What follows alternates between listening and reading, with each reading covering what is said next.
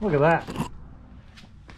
Every video that you've seen on my cars channel so far has been mostly related to the 2007 Honda Pilot that I've been kind of setting up as a mild overlander. I've got some BF Goodrich tires, a roof rack, just kind of making it a little bit more off-roady. But this is my cheap hoopty. My daily driver performance car is a 2018 Volkswagen Golf R. And it's currently in winter mode right now. What we're going to do is we're going to change the tires.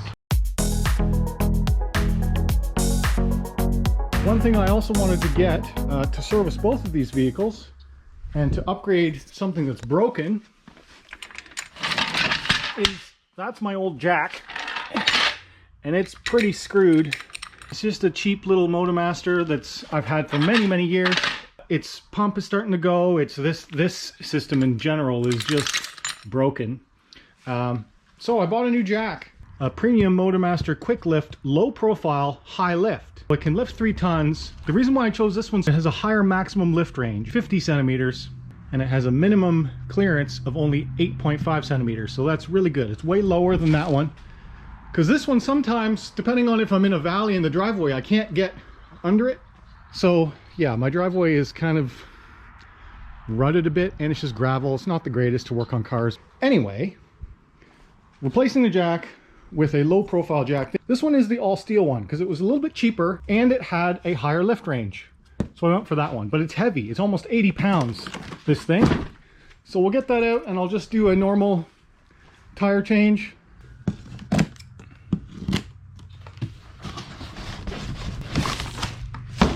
Some assembly required. Looks pretty cool. It's definitely low profile. I like that a lot. So that's 8.5 centimeters is minimum distance to get under.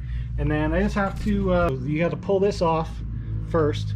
Then you can raise the yoke, assemble the handle, and it's pretty much done. Just check that it functions okay.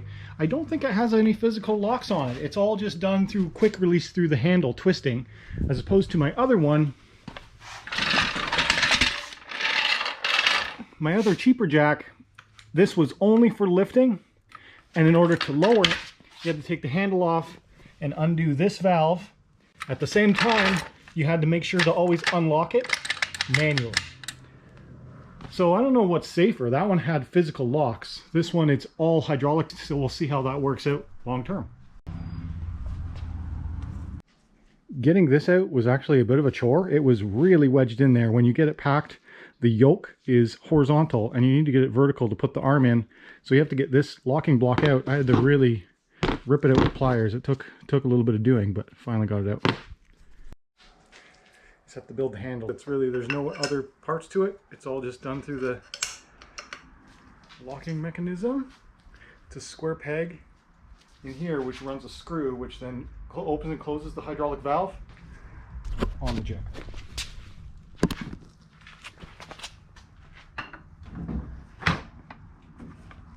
I was having trouble getting the arm to engage in the actual hydraulic adjustment, and it's this. You have to undo this to allow it to fully engage, and now you can tighten and close the valve. So now I can tighten up the valve clockwise to tighten, and then you want to have that kind of finger tight. That's just so you can't pull this out.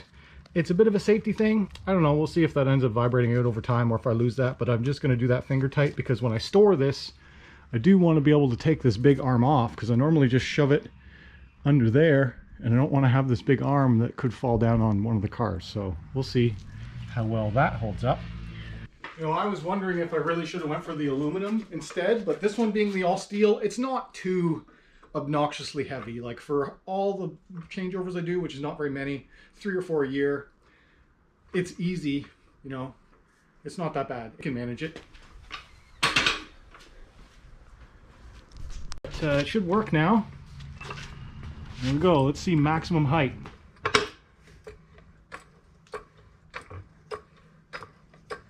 Yeah, that's a jack up my 4x4.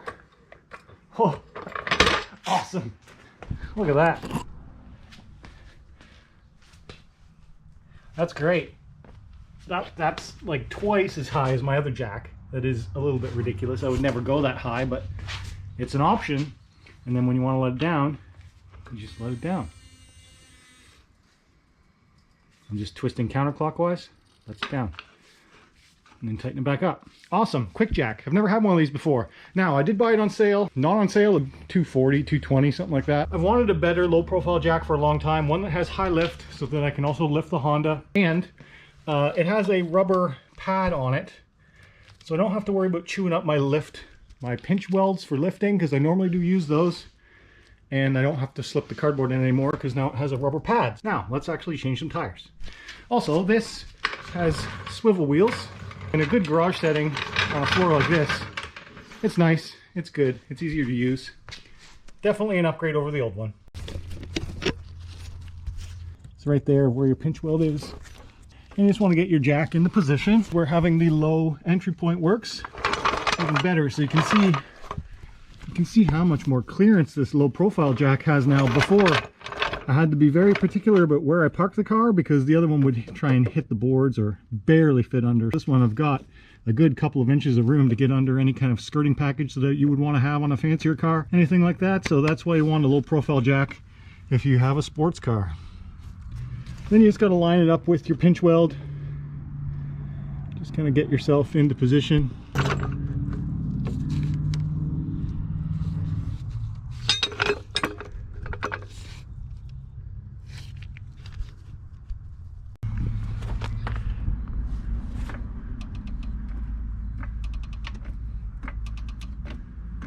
Four, 5, 6, 7, 8, 9, 10. I think we're well off the ground. Oh yeah, that was 10 pumps and we're significantly higher off the ground than I normally go. So yeah, that worked well.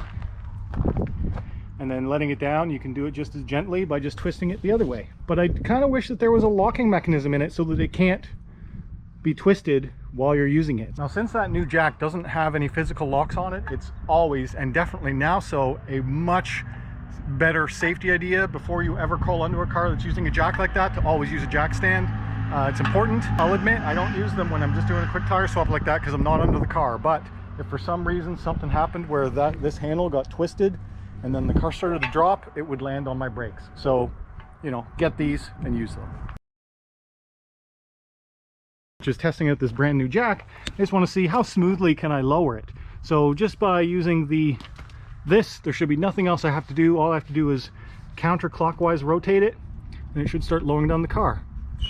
Yep, that's all there is to it. That's how smooth you can go.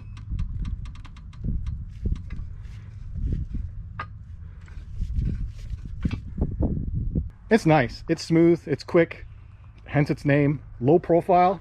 That's the biggest thing, low profile with the rubber pad. I like it. So I'll try and link some similar products to this one for USA people, but really that's the type of jack you might want if you do this every year. It's a nicer experience for sure.